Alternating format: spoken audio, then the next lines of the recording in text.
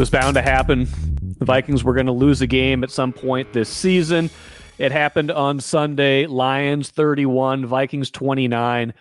Back and forth game. Really a tale of kind of four segments to this game, right? Vikings jump out to a 10-0 lead. Detroit goes for it inexplicably. Fake punt, fool nobody. Gifts the Vikings their first touchdown. They go up 10-0. Next thing you know, though, Detroit is back at it, 21-10 at the break. Vikings come right out at halftime. After halftime score, probably Sam Darnold's best throw of the day, touchdown to Justin Jefferson. Lions look like they're going to stay one step ahead of him until that crucial fumble return for a touchdown by Ivan Pace Jr. gives the Vikings a 29-28 lead with about 6 minutes left. They cannot hold it, though. Some critical errors down the stretch. And that's what we need to talk about right now. The critical errors down the stretch. You know, we're not going to sit here and say sky is falling, right? Sky's not falling. They're 5-1. They played a really good team and they could have won the game. But those are the kinds of games that can separate you at the end of the year. You're home against Detroit. Detroit is the last year's division winner. You're looking at it, and you're up at home with 6 minutes left, and you get the ball back because your defense forces a punt. You get the ball back. You get a chance to salt the game away with about 4 minutes left, and you can't get a first down there. That is critical mistake. Probably number two. Critical mistake number one is I don't know what their 2-point conversion play was after that defensive touchdown, but it was not good. I don't know if the pass was just bad and if it was deflected. I don't like the play design. It just didn't look like it. Sometimes those conversions look easy. That did not look easy at all. So you had that. Then you get the ball back with 4 minutes left. And Aaron Jones run 5 yards. That's exactly what you want on first down. Mike Zanata on Twitter saying, Darnold checking out of a pass to a run on the Vikings' last second down of the game is where the game was lost ultimately. I'll have to go back and look at it, but it did look like he canned a play, and they did end up running the ball with Jones. They get 1 yard, setting up a 3rd and 4. He said that sets up a do-or-die 3rd and medium. 3rd and 4 is manageable. You'd like to think you could get 3rd and 4, but it does set you up where one play you got to punt. He said also the Lions are just a better team overall with a much better quarterback, so shruggy guy emoji. But yeah, if he checked out of, they're putting a lot on Sam Darnold, more than we probably thought they would at the beginning of the year, right? They're kind of asking him to do a lot of the kind of this or that checks at the line of scrimmage, a lot of the stuff Kirk Cousins was doing with a much larger, more comprehensive grasp of the offense than Sam Darnold have. And I've noticed Darnold, when he checks, more often than not, it's into a run, not a pass. And in this case, if that was the case, I have to go back and look at it. We'll have to hear from them post-game. But if that's what happened, checks into a run, they get a yard, they wind up at 3rd and 4. And then there's all sorts of confusion, it looks like, on that 3rd and 4 play. Darnold rolls right. You had both, I think, Addison. They were saying Naylor on the broadcast, but it looked like Addison and Jefferson wind up on the same place on the right side. So Addison's short, Jefferson's deeper. Ball sails, incomplete pass, 4th down. Vikings have to punt. Detroit brings it down, works the clock. Game-winning field goal with 15 seconds left. Some curious clock management by the Lions at the end. The kneel downs kind of give the Vikings a little bit of a gasp at the end with 15 seconds left, especially when they kicked it deep.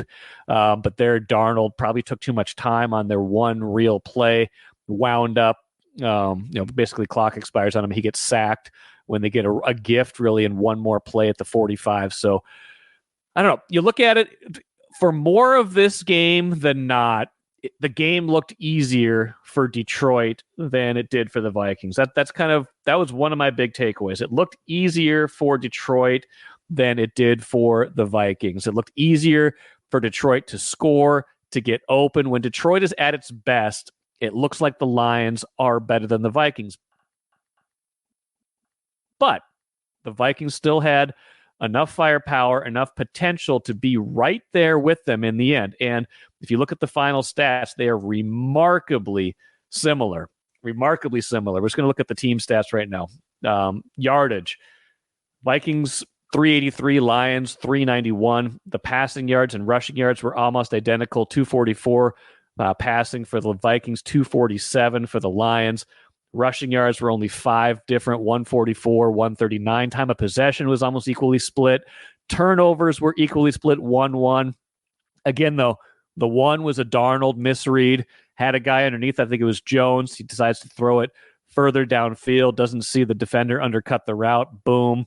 Interception at a crucial moment of the game when the Vikings are trying to reestablish momentum. So not the best Sam Darnold game, right? Not the worst. Kind of reestablishes kind of the ground, kind of the middle ground for what you might hope to get out of him for the season, right? He made some mistakes. He's not going to win you a lot of games, and that's the problem. He's not going to win you a lot of games. At his best, he's probably more of a game manager. Now, they did play from behind a lot today, and they were able to retake the lead, albeit on the strength primarily of that defensive touchdown. Darnold did get them from 28-17 to 28-23 with a pair of field goal drives, but from there, it was the defensive touchdown that got them the lead that they couldn't quite hold. Darnold on the day, 22 of 27, 259, 1 touchdown, 1 interception, a 103.5 passer rating. It's a good day. It's a perfectly fine day of quarterbacking. He also ran relatively effectively, had 4 carries for 39 yards. I think his QBR at the end of the day is going to be pretty decent. I haven't seen his QBR yet, but I think that's going to be pretty decent. But Mike on Twitter saying Goff is much better than Darnold. Yeah, I mean, I think Goff is certainly a better quarterback than Sam Darnold. Goff was great today, 22 of 25 for 280, 2 scores, no picks, a 140 passer rating. He played clean all day, got him down the field for the winning score. He's been playing lights out football. To me, the game was certainly lost at the end, but it was lost more in the middle. And I felt like the coaching, Brian Flores, wasn't able to diagnose what Detroit was doing fast enough. The blitzes seemed like they were coming from the wrong places. Detroit was just carving them up. The 4 straight touchdown drives. That's where, to me, the game is won or lost. Not on a last drive, one final play. It's that middle of the game where the Vikings go from 10 up to 11 down constantly. And all those touchdowns at the Lions, they don't have an answer for them at that point. I feel like that is the point at which they are letting it slip away. I asked you guys on Twitter, on X, how you divide up the blame for this game, offense, defense, or adjustments. It's really close. Coaching/adjustments is up right now with a little over 200 votes, 38%. Offense takes 36%, defense at 26%. I think that does show you there is blame to go around. There's blame to go around in this game. You can look at it. You can say, defense makes 1 or 2 more plays. Yeah, they had the big play with the strip, the punch out, and the run back for the touchdown that got them the lead, but they give up 31 points. That's a lot of points. It's a lot of yards to a good offense, frankly, but to a team that, if you make one more stop, you win that game. If you stop the bleeding in the middle of that game, maybe you turn this thing around. I don't think it was Kevin O'Connell's greatest game. From a play calling standpoint, they tried to get Justin Jefferson throwing the ball. That was kind of a weird spot in the game, led to a field goal drive. I mean, it wasn't like a costly play. They got like 3 yards when he ends up running it, but that seemed kind of weird to me. It didn't seem like they were scheming guys open as consistently. Yeah, they got Addison finally on a deep ball. They got Jefferson on that one for a touchdown, but overall, felt like things were coming harder than they needed to. The Detroit had a lot more easy throws than the Vikings did. Maybe some of that's a function of Detroit's offensive line. Their offensive line is just better. They're more experienced. They were giving Jared Goff more clean pockets. But I did think that things were easier for Detroit than they were for the Vikings. And that's a product of talent, but it's also a product of coaching. The defense, gets its share of the blame, especially because they couldn't make a stop at the end. And, of course, because of the 28 points they gave up before that final drive. Now, looking at it holistically, I think Blake Cashman, his absence really hurt. Aaron Jones played. He played well. He had a good game, almost 100 yards, had the long running touchdown that got him on the board. I thought he was good in this game. He caught passes, too. Didn't look like he was feeling too much of the effect on injuries. You saw the drop-off immediately. Ty Chandler comes into the game, picks up a holding penalty on a critical drive. They just couldn't get anything going offensively in kind of those middle quarters. Really couldn't rev it up until that next drive of the third quarter. The second quarter was just really stagnant. Watch your dreams and savings grow with Royal Credit Union's 4.25% annual percentage yield 12-month certificate. Open now at any Royal office or online at rcu.org/certificate saver. Early withdrawal penalties could reduce earnings and principal. APY accurate as of 2/1/25. Insured by NCUA.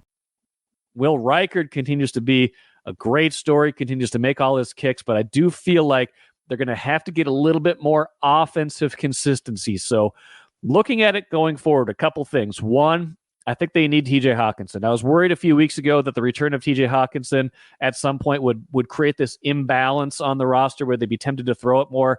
I think at this point they really need him back. They needed a more dynamic playmaker in the middle of the field, someone to take the attention away from the wide receivers, someone who can make linebackers play honest, things like that. So I think that's going to be a big thing. I wouldn't be surprised to see Dalton Risner very soon supplant Ed Ingram. It wasn't the worst Ed Ingram day. I think he had a penalty early on, but he did not necessarily hold up all the time either. So I'm wondering if that will be a switch they make to try to get some better pass protection with Dalton Risner. Big picture, though, this division just got a lot tighter, right? This was the Vikings dominating or in control of a great division, and now it's a whole pack mentality. Vikings and Lions both 5-1. Detroit wins on a last-second field goal. Green Bay is 5-2. The Packers won also on a last-second field goal against the Texans. Bears were idle. They're 4-2. Like, everybody is just jammed up right there. If the Vikings would have won this game, they'd still be 2 games clear of everybody else in the division. Instead, they're sitting here looking at basically anybody's ball game at this point. So a missed opportunity. I don't think we should sit here and say, sky is falling. Like I said at the beginning, I don't think we say that about this game, but I do think we have to be realistic. This was a little bit of a reality check. If you thought the Vikings were the best team in the NFC North, which I think they deserved to be called based on their point differential, based on who they had beaten so far going into the season, I think Detroit showed that they are still the team to beat in this division. I think that was borne out over 60 minutes. Even if this was a game the Vikings could have won, they were on their home field. They had numerous opportunities to win this game. Couldn't get it done. Detroit has more playmakers, made better plays when it mattered most. So it's going to be fascinating. It's a tough turnaround, quick turnaround. 4 days from now, Vikings have to travel cross-country, go play the Rams, a desperate Rams team. I don't know how that's going to look. We'll see how Aaron Jones comes out of this game. We'll see where Cashman's at with his turf toe. Wouldn't expect him to play in that game, and they're going to miss him again in pass coverage in various ways that he impacts the game. I think they did okay in kind of covering things up, but the middle of the field was wide open, and Blake Cashman would have made a big difference in this game. So that, to me, is a big loss, and that's something you got to watch going forward, too. So can they rebound? Can they beat the Rams, get themselves to 6-1, kind of reestablish this? Don't let this become a losing streak. That'll tell me as much about this team as a loss, I think, to the Lions did. It's going to be a busy day in Minnesota sports, by the way. Don't forget the Lynx play in about 3.5 hours, Game 5 of the WNBA Finals. It's been a massive viewing experience, that game in New York. Who knows? Maybe I'll do another one of these after that game if things go a certain way. If you're watching right now and you didn't check out the Daily Delivery special edition with the Timberwolves preview, that went live yesterday. We'll be on with Royce tomorrow morning, so lots of good stuff.